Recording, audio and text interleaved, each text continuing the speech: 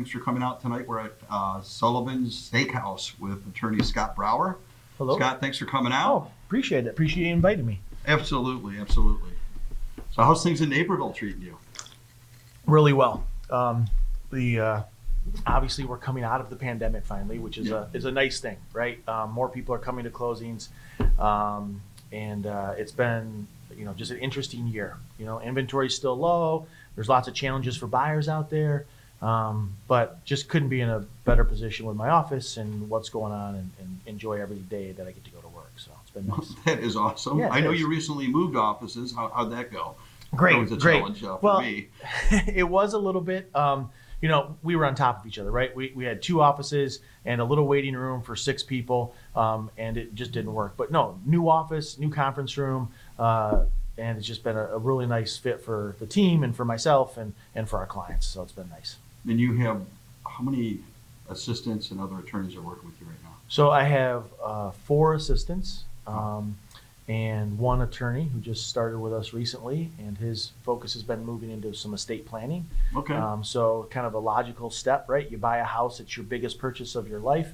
You probably need to think about having a will or trust once you get that done. So, but Chris has been with us for it is, and Chris has been with us for a couple months, and it's been great. So awesome, awesome, it's fun. And with you're obviously focused on real estate, especially with estate planning. That's also complementary. How long have you been practicing law, and what other areas of laws have you worked in? Well, you start to get scared about the numbers when you start thinking about it. But I graduated from law school in 1995. I was a prosecutor for 5 years. Did a couple firm gigs after that, and then I went out on my own in 2003. Originally, the focus was the criminal defense work, and because I knew it, I knew how to do it. But I did that for several years and just wasn't fully satisfied. Pretty stressed out. And actually, my wife is the one who said, "Why don't you do real estate full time? You enjoy it. You like working with the people. Why don't you give that a shot?" And so probably right after the market melted down in 2008 and 2009, I started focusing solely on real estate, and it just grown from there. And again, like I said earlier, couldn't be happier. Right. And so you primarily are working with real estate brokers and investors. What's the mix of people that are referring you business? Yeah, most of our business comes from real estate agents, right? We're very blessed to work with great agents around, the Chicago metro area that refer us business, and I hope that's a sign of the work that we do and the communication that we have with our clients and our agents. So that's most of it. But we also work with a lot of investors that over the years have bought and sold properties with us, and so we have a really good relationship with investors, and holding all their corporate documents so that we're not recreating the wheel every time they do transactions. So it's gone really smoothly for them, and then we get repeat clients, right? And hopefully that's a sign of that we're doing things right as well. We get clients that call us and say, "Hey, Scott, you sold my house 3 years ago and we're buying a new house," or, "We just sold our last one and now we're moving out of state," or whatever, "but we want you to help us again." And so I think sometimes that's the biggest sign that we do something right, when you get a customer that calls you directly and says, "Hey, I want to use you again." Yeah, I couldn't agree with you more. Yeah. I mean, getting repeat referrals is a sign that you did the first one right, at least. No, right? exactly. Sure. So that's very, very important. In our market, we see it's obviously there's shifts. Sometimes it's a buyer's market, sometimes it's a seller's market. Sure. Sometimes we see, and I haven't seen it as prevalent as I've seen it in the past, but there's been periods throughout our cycle where we've seen a lot of people doing the for sale by owner thing. Well, what's your opinion of that? I am not a fan. It can work in a perfect scenario, right? Father wants to sell the house to his kids or whatever it may be. But I get these calls a lot from people who are like, "Hey, the market's going crazy right now. I'm thinking about listing it for sale by owner." And I really try to discourage them if at all possible. And the reason is this. There is a reason why we have agents and attorneys and title companies, because we all kind of do our own thing together for the client to make it as smooth as possible. But I am not a real estate agent. I do not know what your house is worth. I do not know what the market is in your neighborhood. I don't know whether you've upgraded your bathroom. You have hardwood floors throughout, and does that bedroom in the basement count as an actual bedroom when you're factoring in for an appraisal?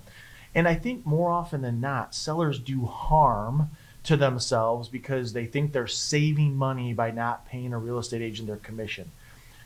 I am Right. I mean, that's the whole point Right. I'm trying to do. They're trying Right. to save the commission.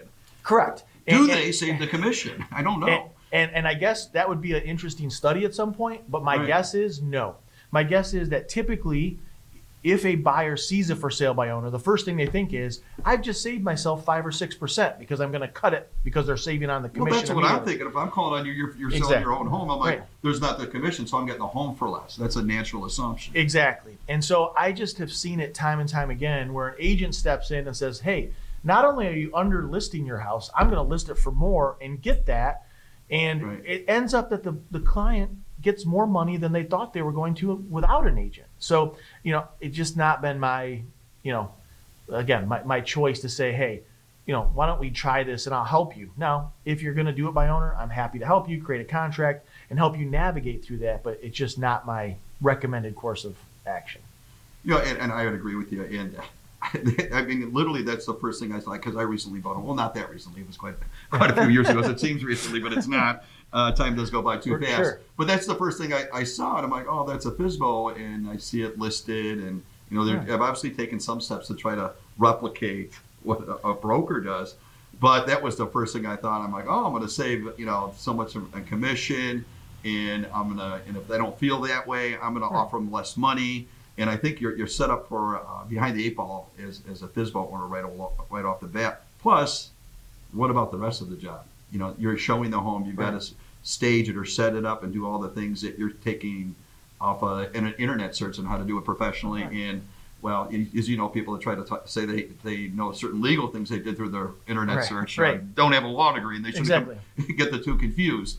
Well, and one of the big things for me is marketing, right? Your agent is there to market your property. And yes, they have the access to the MLS, which helps, but there's so many other things that I watch agents that I work with do, not just open houses and marketing, but they're sending out information. They're on Facebook, social media, and they have these systems in place that are going to help you and assist their clients that the average Joe just doesn't have the ability to do.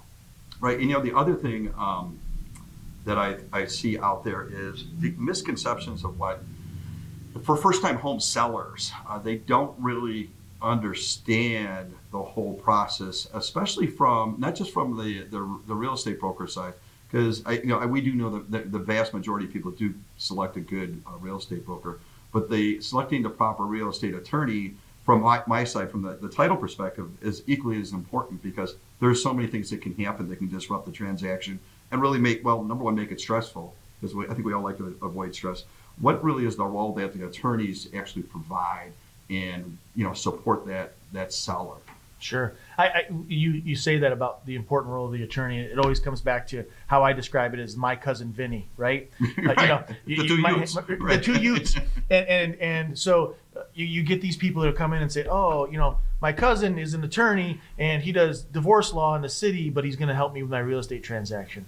And they can probably muddle their way through it. They are lawyers. But I heard this one time, and I'm not going to steal the analogy, but I'll use it, is, you don't go to, a foot doctor for brain surgery. That doctor is technically qualified to do your surgery on your brain, but they don't know the technicalities of it all. And so I think my role, first and foremost, is counselor, right? Right. I'm going to help you navigate this process. I'm going to take out the emotion, because everybody gets emotional when they're buying or they're selling their house, and people don't understand, why don't they like my pink toilet? It's been there for 20 years and we grew up with that toilet, and they shouldn't be asking about that.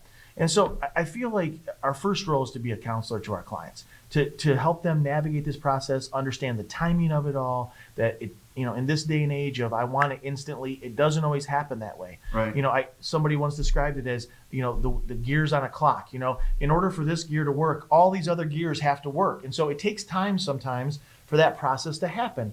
And if you have an experienced real estate attorney that does these transactions on a daily basis, that process can go a lot smoother. And I'm always a big believer in, you really never know how good your attorney is until you have a problem. There's lots of attorneys that I work with that are wonderful and do a great job. But when there's an issue, you find out who's able to handle it and who's not. And that's where I think my years as a prosecutor has truly helped me to negotiate, because I always tell people in real estate, nobody's dead and nobody's going to jail. We're going to be able to figure this out. We're going to be able to work it out with the other side. somebody wants to sell, somebody wants to buy, and we're trying to find that common ground. It's not an adversarial process. You run into that with attorneys sometimes. This is you want to buy this house, okay, I'm going to help you do that, and we're going to figure out a path to get you there. It may not be perfect. You may have to give a little bit more than you want. The seller may have, or you may have to take a little bit more than you want, or whatever it may be, a little less than you want. But at the end of the day, our job is the same on both sides of the transaction to get to that closing. And so I think that's where the attorney can really help you navigate that process and make it as smooth as possible. For me, we see a lot of different type of emotions and experiences at the closing table. Having an attorney that knows, I'm going to go back to the FSBO thing. So the same individual that was looking to buy the house is now trying to sell it. He's trying to get a deal, so to speak, through the FSBO and bypass using a qualified real estate broker. The other thing that we'll often find with this person turns into, I'm going to FSBO my house. They didn't learn their lesson yet. Right. Okay, they failed. They ended up hiring a broker, but now they want to sell it again, and they don't want to use an attorney. Well, my first advice to them is that I don't want to close your transaction. I'm like, what do you mean? I'll pay these fees, so on and so forth. I'm like, not interested. You need legal representation. Sure. The transaction will go far more smoothly. And your one transaction, well, it may seem vanilla to you, there may be issues. And when those issues come up, they're going to affect me. They're going to affect the rest of my staff and the flow in the office and the rest of the company. So we strongly encourage you to use an attorney. And if you don't want to use one, you can close it someplace else. But that's our position. Yeah, absolutely. And how strong we feel about using a qualified attorney. And you're right. We see the same thing. There's a lot of attorneys out there that they're the Uncle Bob or Aunt Ann, who are a great attorney, they're a great litigator, a great family law attorney. And those are all very important parts of law. But when we're starting to get in arguments over the ceiling fan and or color of paint and things like this, or the condition of carpet, you're buying a $500,000 house, not a ceiling fan. Let's proceed through these things and get them done and get them to where we're all happy. And we like to see smooth transactions. So big advocate for the attorney. Well, and I appreciate that. And I think so. I think too, and that's where, agents and attorneys work so well together. And that's why agents are out there referring a specific attorney, because they know, the agents that use us know how we work, know that I'm going to work with them in conjunction with them to help the client. And yes, I have to remind people a lot, because emotions do get in the way, that you bought a $500,000 house. Let's not lose sight over, $500 in fixes, right? Let's not lose sight that if you had been asked to pay $500 more when you bought the house, you would have, because you loved the house. And now, because people want to dig their heels in or want to be right or whatever the issue is, aren't so quick to do that. And I think too, like when people ask about the role of an attorney, there are so many dates and timelines that we have to meet under a contract. And I know that there's other states that don't use attorneys, and I know for the fact that in Illinois we have some of the lowest real estate litigation in the nation, because attorneys are upfront and in the process early on.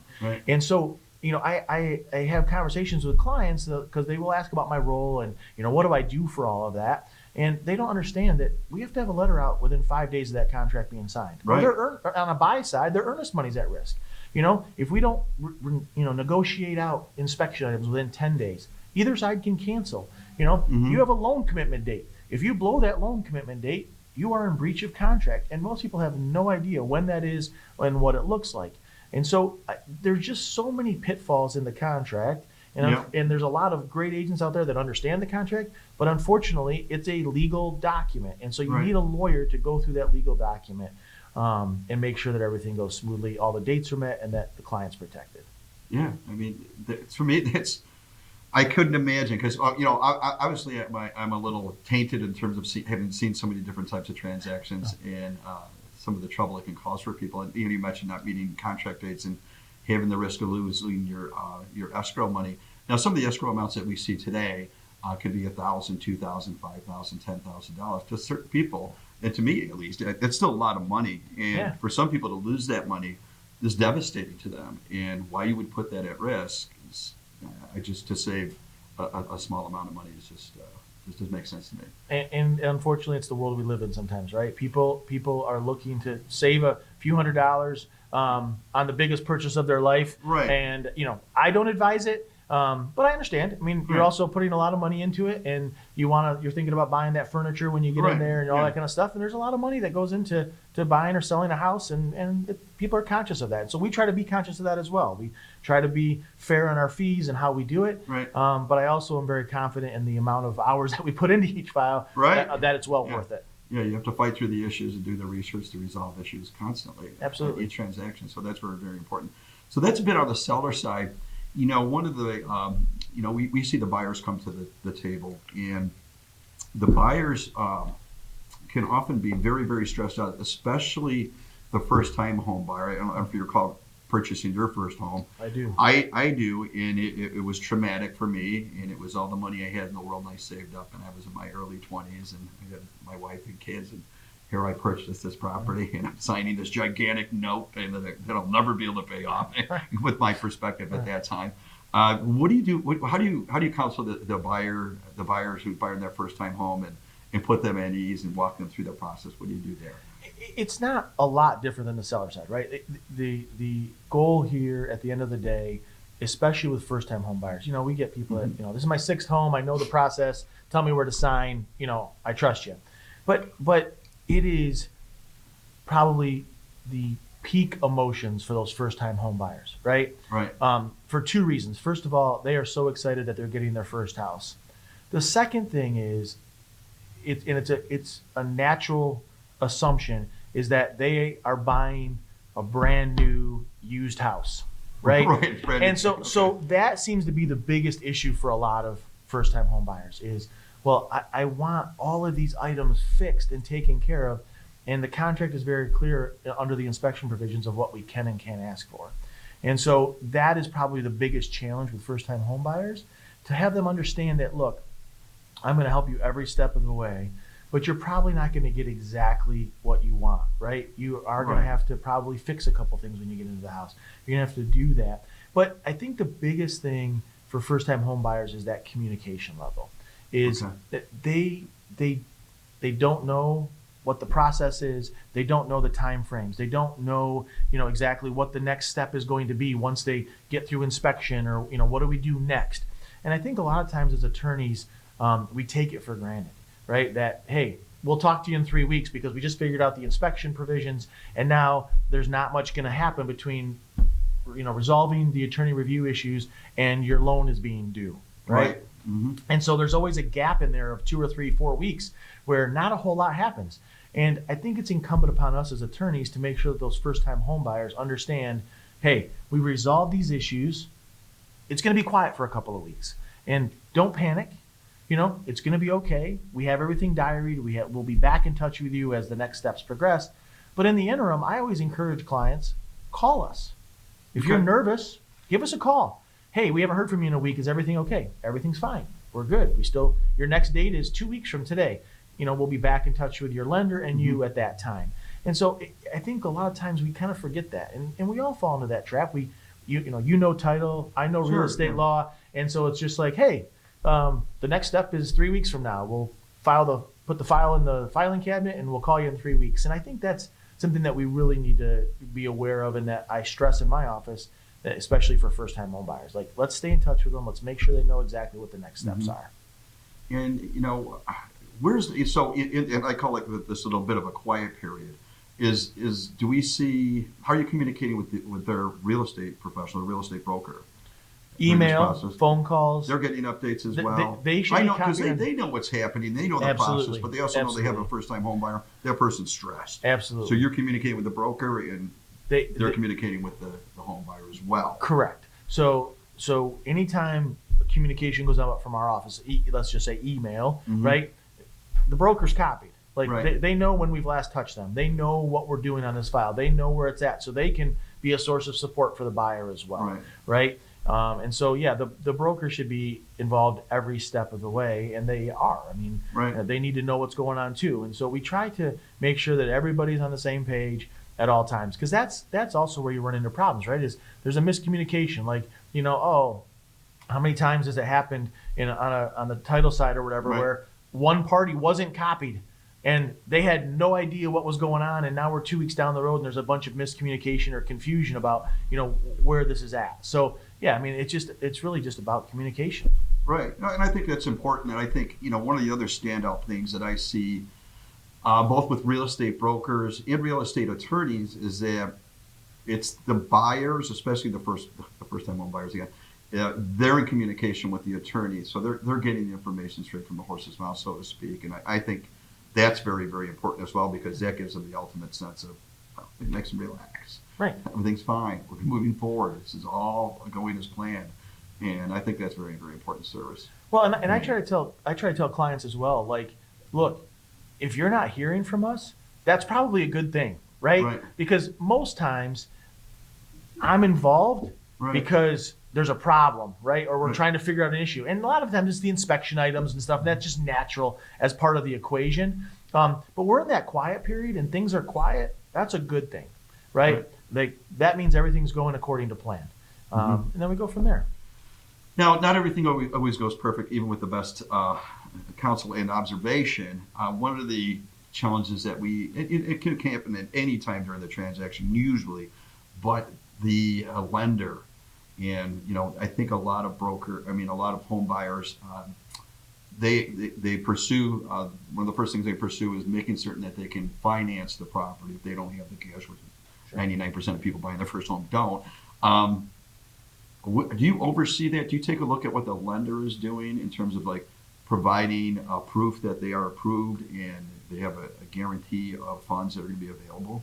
Yeah. Oh, of course. So on the buy side, even on the sell side, I want to see that pre-approval letter, right? Okay. I want that as part of any contract that we get that says, okay, let's say we're selling, for instance, Right. and we get that contract in, and I've got a pre-approval letter, and they're like, oh yeah, they're approved up to $320,000, and the purchase price is $280. Okay, great. I'm happy to see that. I want to see it. But just like attorneys and agents, there are good and bad lenders, right? So I'm also looking at who the lender is, because we unfortunately in the office you start learning like, oh, it's this bank, so there's probably might be a delay in the closing, because they never seem to be ready on time. I let my clients know that up front. Like, I don't want any surprises. Like, I hope this goes according to plan. I hope this lender gets it done and does what they say they're going to do. But this has been our experience. And that's another reason why you want an experienced real estate attorney who's dealt with these. You have that intimate knowledge. Right. You've dealt with these companies before. You know that. Right. And then I see other files, and, and that's probably the majority of them, right? You see it and you say, oh, yep, I know that lender. Great job. They're easy. They communicate really well. This is going to be a really smooth closing. And obviously you never know when somebody's going to lose a job or something, out of our control happens. But yeah, absolutely. We're looking at who the lender is, what they do, staying in touch with them as well, and making sure they're incorporated into that loop as well. Well, from my perspective, because you're on the front end of it, but when they come to the buyer, or they're at the table, and I see two types of buyers: those that have actually been either represented and well advised as to what's going to happen at the closing table. Sure. And our position is, we're neutral. We have the documents, we're found the lender instructions, so on and so forth. Some buyers have, I won't say not as well advised, because they're stressing out because there's a delay in funding. But like you said, there's certain banks, it's the last day to close at the end of the month. There's going to be delays. Right. And you should tell your client that, because if you don't, they are literally freaking out. They're like, it's been all the paperwork signed and done. They're like, where's my keys? I'm like, well, we're waiting for the funding. Right. What's that?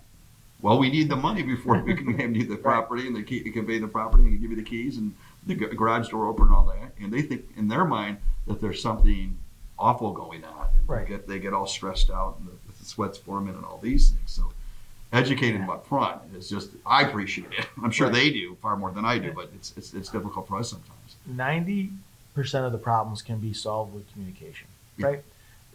Lender, and that's what we run into is whenever I see a lender, stick their head in the sand and ignore emails and ignore phone calls, we know there's a problem. Right. If you would just call the client or let us know so we can let the client know, hey, we're having an issue because of X, Y, and Z, then okay, we can advise the client on what to expect, what the concerns are. Even if there's a risk that this might not close, you might not get this loan because there was a credit card judgment that came up that nobody knew about, or that was missed when they did a credit check on you. Those things happen. But if you just talk to people, it doesn't necessarily take the sting out of the problem, but it does make the transition a little bit easier, Right. to figure out what the problem is. And again, that's where we come in. What's the solution, right? Right. I always want to be the solution. And Right. sometimes deals fall apart because of things that happen that are beyond our control or beyond our ability to fix. But let's see what the solution is first, and try to get there.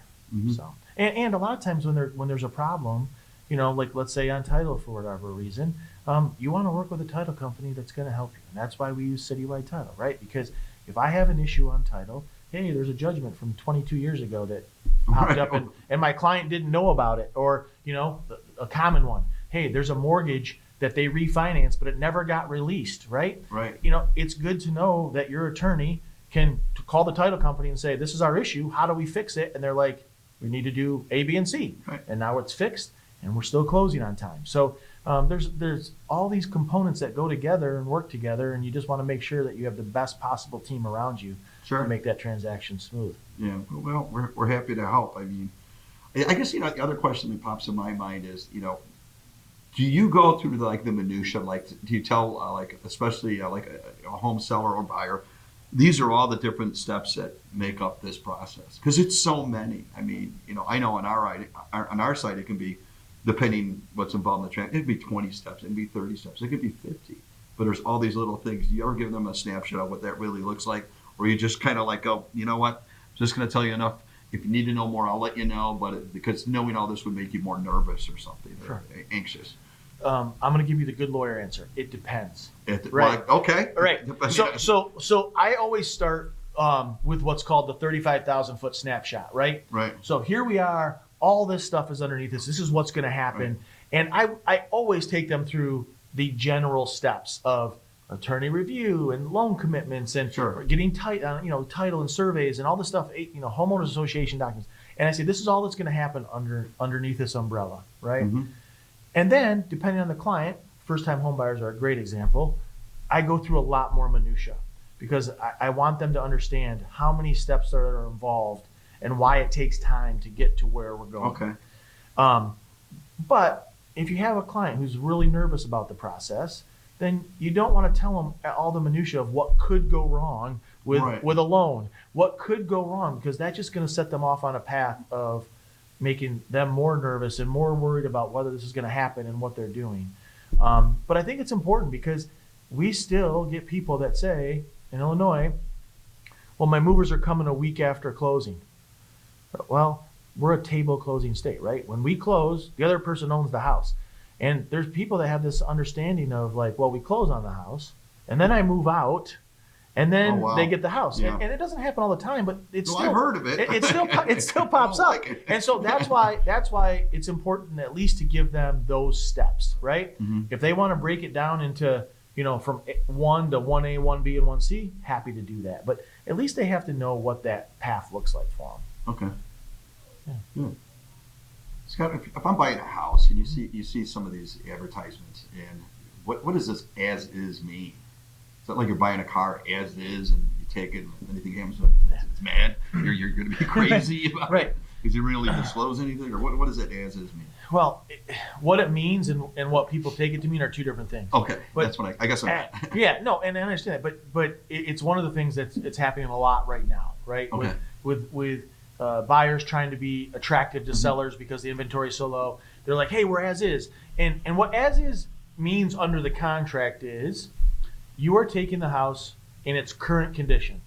If there is a furnace that doesn't work, if there are 3 windows missing in the back of the house, you can cancel the contract after you still have the right to do an inspection and make sure that you know exactly what you're getting into. But the contract says you take it or leave it. So you do an inspection, you find 17 things wrong with the house, you can choose to cancel the contract at that point or move forward. Okay. But what people are turning it into is a negotiation tactic, and then inevitably we get letters that say, we want these 7 things. We understand it's as is, we're going to cancel the contract, but we want these 7 things. And so it's not truly an as is contract, right? And so we have to, again, help our clients navigate what that means. Mm-hmm. Unfortunately, at the end of the day, it does come down to numbers. And so is it worth it for $200 to put it back on the market and get another offer or whatever it is? But it's supposed to mean exactly what you think it means when you buy a car. As is. You walk out that door, Okay. it's yours. But unfortunately, we have to deal with, the gray areas of as is in this market. So it's not like buying a foreclosure process. You do be able to do some discovery and investigate and do your home inspection. Correct. So you're not buying it blindly. 'Cause Correct. I think a lot of people, look at it and go, wow, I can just buy it as is. I don't get to really do an inspection. No, you still get to look at it. You still get to make sure there's no mold in the attic, that there's, Right. Okay. that everything functions the way it's intended to do. And at least put a running list of, okay, these are the things that I have to address when I move in. Mhm. Do I still want the house? So yeah, you get that opportunity. You just aren't supposed to ask for anything once you do your inspection. Okay.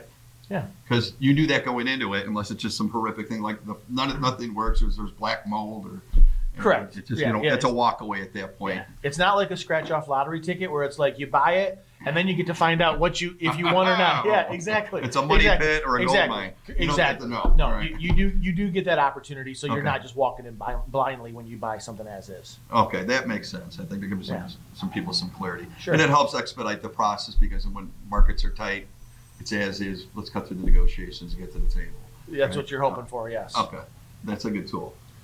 Scott, one of the questions I often like to ask is, Sure. what is the craziest transaction you've ever been involved with in the real estate world?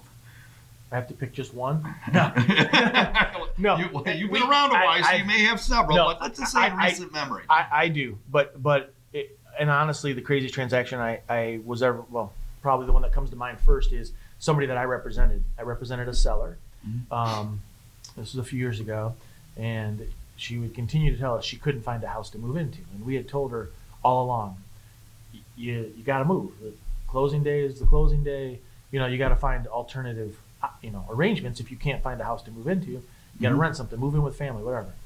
And literally, within 3 days of closing, just told us, I refuse to sell this house, and I'm not moving out. Wow. And the family that was buying it was coming from out of state. They had a semi-truck on their way, Right. doing this. And for a week, we had these back and forth negotiations of trying to get my client to sell her house. She had no basis to cancel. She was totally in breach of contract. And you're an advisor of all these things. I've obviously. advised every step of the way, and she ultimately refused to sell that house. Wow. And the family sued her and eventually got a very large judgment against her for all the damages they had of finding another house and storing their stuff and renting a place and do all these kind of things. But like I said, sometimes you can give everybody the best advice in the world, and they're going to go whichever direction they want to go, and there's nothing you can do about it. And so that's what we try to do. This is what the consequences are if you're going to go down this path, and you got to know it going in. But yeah, I actually felt bad for the buyers, but that's the first time I've ever had that happen, where somebody just absolutely refused to sell their house. Wow. Yeah. Well, seller's remorse before actually selling the Yeah, property. I guess. I don't know, but it was a tough one. It was a tough one to Wow. work through. Yeah. Well, that's a good one. Yes. That's a good one. Naperville. I know you've lived. How long have you lived in Naperville? Well, my wife and I have been here 27 years. I lived in Aurora for 5 years when my mom and dad moved down here and went to law school. But yeah, so we've been here since 1995. That is a good stretch, and I know since 1995, this community has grown dramatically in a lot of great ways. Let me ask you a question. Sure. If you were granted $100 million to help Naperville, help your local community, what would you do with that $100 million? Sure. Well, you talk about how long we've been here, and just on a side note, when I moved to Naperville, Route 59 was a 2-lane road, 1 lane in each direction south of 75th Street. And now it's 3 lanes across all the way down to Plainfield. But no, I've talked to people about this in the past. And if I had $100 million so I could fix the parking problem, whether it be Main Street or Jefferson Avenue, would be a completely pedestrian venue. It would have outdoor seating for restaurants and shopping and you wouldn't have to worry about cars going down the road. But I also know, in talking to people on the powers that be in Naperville, that parking's an issue, right? Sure. Just like anywhere. But that's what I would do. I would have a place, and it's already a great town with the Riverwalk and now Water Street District and everything that it has to offer. But that's what I would do with it. I would make a pedestrian access so that there is a venue for outdoor music at night or whatever it may be, and people can just be out walking around the area. So That's awesome. I couldn't agree with you more. When I park down here, there's a limited parking, and I'm like, okay, I gotta keep things moving every 2 hours, and yeah, I think that's a great idea. Yeah, it would be awesome, and I think it would be well received. But I think so. But nobody's listening to me, so that's okay. Well, if you had the $100 million in pocket, perhaps you draw some attention. That's probably true. I'm sure they would. So. But hey, thanks for coming out to eat and drink real estate. Thanks, Ken. I Thanks, appreciate Scott, it. for coming. All See right. you again soon. Thank you. Sounds good. Thanks.